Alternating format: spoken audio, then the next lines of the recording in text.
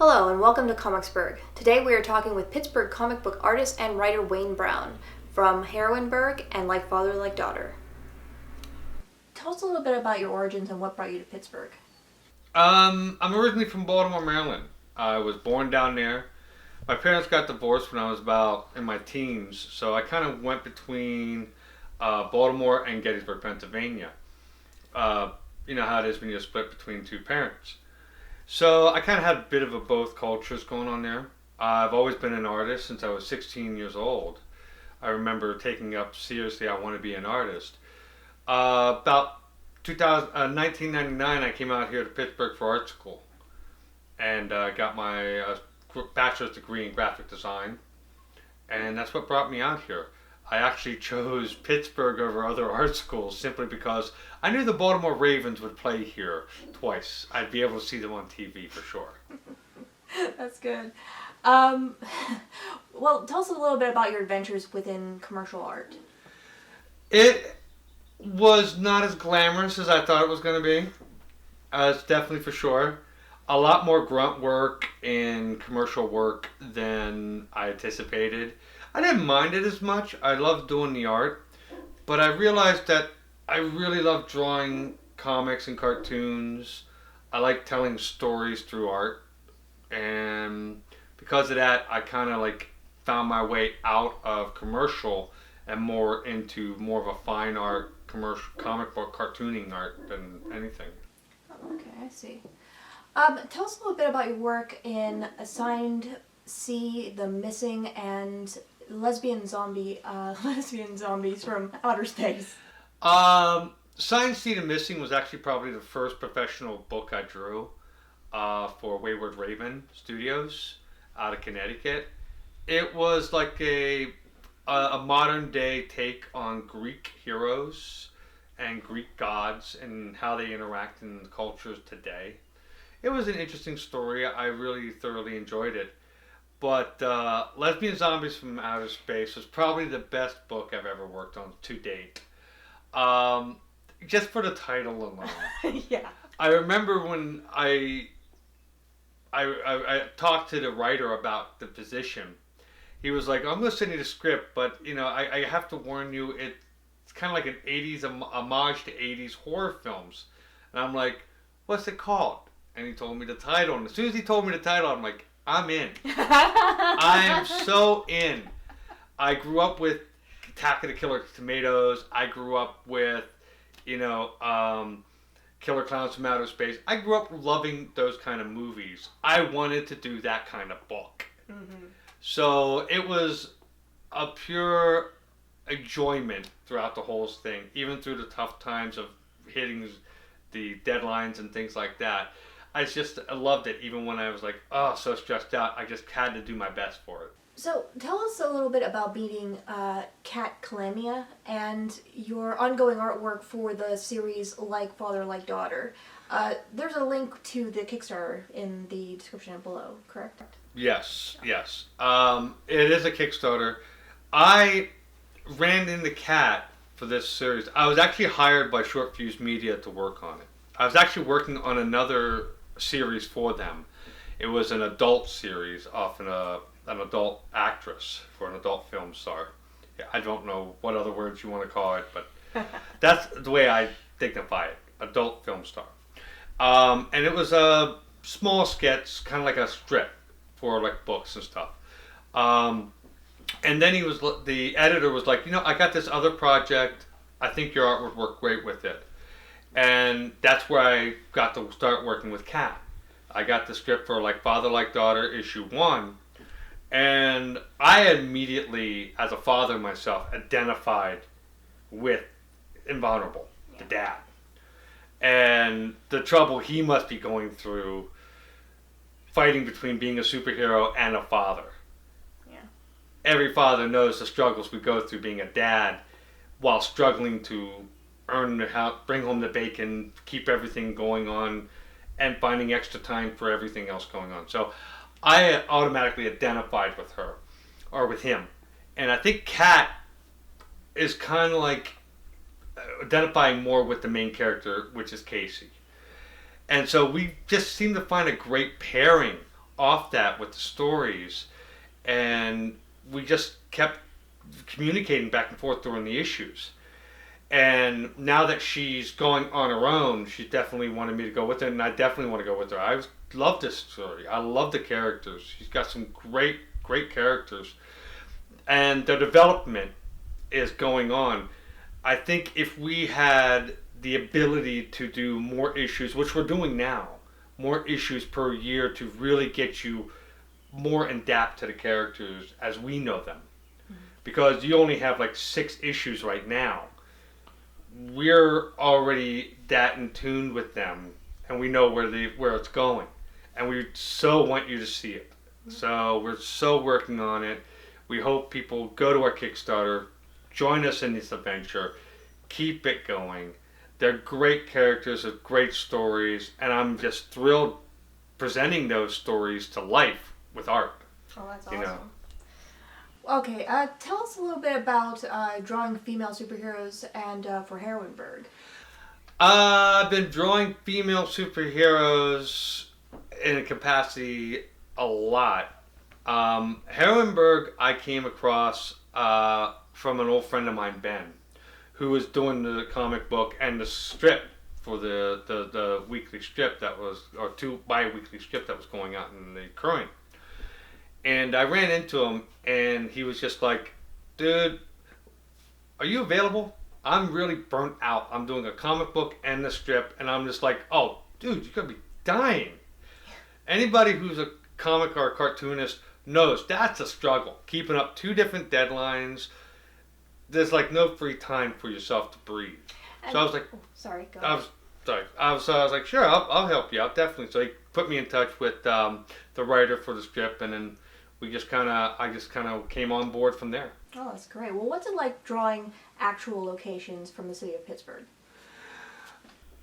It's a challenge because this city has so much architecture, design-wise, from a modern standpoint to turn of the century, really, and it kind of like next to one another. So you have like a brand new, like Android Wright Weber kind of freaking Android Wright kind of architecture, just far out there, new wave, cool, right next to something that's been around since like the 1800s, and it's just like side by side. And when you're drawing one or the other, you kind of get into a style of drawing this kind of building or that kind of building. You kind of have to fuse them together in this town, because you'll go down the street, you'll just see an 1800-year-old building from something they just designed yesterday, and it's just mind-boggling sometimes. But it's yet beautiful. That's really cool. Okay, tell us about your personal project that you're working on called The Weeping Willows. Weeping Willows was something I actually started when I graduated from college. I was developing a poetry book, an illustrated poetry book for kids. And I developed these characters, werewolf, vampire, witch, zombie girl, things like that. And as I developed it, and I was like, these kids have so much more yet in them. There's so much more stories than a poem can convey. So I turned it into a comic strip back in like 2004, 2006. And I brought a friend on to help me do some writing and get some stuff together. It was online on a website for about 4 years. Then I had a bit of a downturn. I had an auto accident and I had a double concussion, which really phased my drawing and where I was at that. And Weeping Willows just kind of like faded off from that because of it. And then because of that, I had a lot of struggles financially, and then I met my wife, we had children, and I always wanted to get back to it, but the time never seemed to allow itself to happen. Mm-hmm. Now, in 2020, I kind of feel like if it's now or never. So I'm like, it's perfect. I really want to do something with these guys. But as I kind of go back into it, it's kind of hard because time has elapsed. It's been close to 15 years since I did these 10, 12 years since I did these characters. As I go back with my style, as it has changed and developed, I'm finding myself readapting to these characters and readapting them from what they started out at. They started off as simple little scratches, but now I kind of really want to develop them to my style that I love drawing now with. And they're taking on an interesting portrait. It's interesting the way they're coming into shape. And I really am looking forward to it. I am probably going to be doing a Kickstarter, and I'm probably looking at possibly a graphic novel with these guys because I have so many stories. A 24-issue book, I don't think is enough to contain it all. Well, that's cool, and it's going to be interesting to see the evolution of those characters as well, I imagine. I probably will be adding in some of the original sketches I still have in boxes and storage around here, as well as what I have on the computer. Some of the old scripts I still have on the computer, I still throw out now and then, and I'll look at and things like that. So I'm definitely going to be adding those in, which is why I'm thinking a graphic novel would be great. Allows me to tell the story I want unlimited, and yet throw a couple extra pages, some of the backstories of where they came from, what they originally looked like back in 2004 when I first sketched them, and how different they look now. Well, thanks so much for talking with us, Wayne. It's always great to hear from another fantastic creator from Pittsburgh. So. Thank you. Thank you for stopping by. So glad we did this. Have a wonderful night. Oh, thank you. You too. Thank you. This is a review of Like Father, Like Daughter, numbers 1 through 5 on Short Fuse Comics, written by Kat Calamia and drawn and illustrated by Wayne Brown. So, issue number 1, we meet, here it is, we meet the superhero Invulnerable and his high school student daughter Casey. We also meet her best friend Stephanie and her boyfriend Jesse. She discovers that she has superpowers, but we're not going to spoil how that happens. You have to buy the book. Well, one thing that I thought was kind of really nice about this was overall the art style. I just love the way it's got so much action and it's so impactful and everything like that. I also like that it takes kind of like the superhero genre and kind of turns it on its ear a little bit by making the characters a bit more fully faceted and more interesting, especially when establishing them in this first issue. Okay, now we've got issue number 2 there. So we meet Wesley, the comic book geek, who is taken into Casey's confidence about her powers, as well as Stephanie knows about her powers. Meanwhile, Invulnerable, the superhero, finds out that his daughter has powers, and this issue, for me, moves kind of slowly. I didn't think it necessarily moved slowly, but it definitely is setting up a lot for issue 3. I do like the Wesley character in that it's giving like the comic book reader an actual voice and an actual kind of Greek chorus within the story. And I think the whole thing is just one giant cliffhanger. Okay, issue number 3. We see her on the cover kind of being a little bit despondent. Casey meets her dad for the first time in 10 years. And much of it is just her talking with her dad and getting to know him gradually and catching up. And you can see him in costume there. It's very interpersonal. There's not a whole lot of action in it. Yeah, it's really not all that action-packed in that we are getting a whole lot of info, though, a lot of valuable info on both the characters. So now we're up at issue 4. Here she is, kind of in an alley with some blood coming out of Invulnerable. Invulnerable meets Casey's friends, and then he goes into action with her against some criminals. So you'll have to read the books to see what happens as a result, although you can get a kind of an inkling from the cover. But we also get quite a hint of future intrigue and a deeper plot coming. This is my favorite issue so far.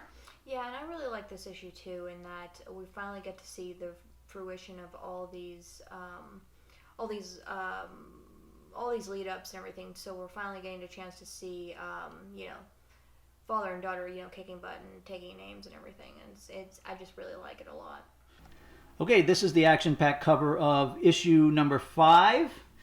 This is where things start to get interesting, but also a little strange. We find out Invulnerable has been basically living in an empty warehouse building for 10 years, which is a far cry from the kind of headquarters you'd expect for a superhero. Also, the plot thickens as he's pursued by Soviet agents with a connection to Casey's mother. The camp is laid on a bit thick as these soldiers actually have hammer and sickle emblems on their chests like Red Rocket or Red Guardian, even though the USSR broke up in 1991, so it's a bit anachronistic. Nonetheless, it's an action-packed issue. Issue number 6 is now available through Kickstarter. This series reminded me of two things. First of all, I've been watching the Stargirl TV show, so it reminds me of the relationship between Courtney Whitmore, who is Stargirl, and her slightly estranged stepfather, Pat, and how they get to know each other over time. And Pat is in that Stripe robot. The other thing it reminded me of was Invincible, the acclaimed comic book by Robert Kirkman. The relationship there is between Invincible Mark and his dad Omni-Man Nolan, and that's kind of a strained relationship as well, but it develops over the course of the series. What did this remind you of? It definitely reminded me of a lot of the father-daughter and just in general parent-child superhero or supervillain tag teams of mainly the X-Men, like Magneto with his two children, and then of course Rachel Summers, and in a very quasi way X-Men, Wolverine / Logan, and X-23 / Laura. So yeah, this was really interesting to see how this played out and everything, and I really enjoyed this comic overall. And check out Kickstarter's Like Father, Like Daughter issue number 6 live right now.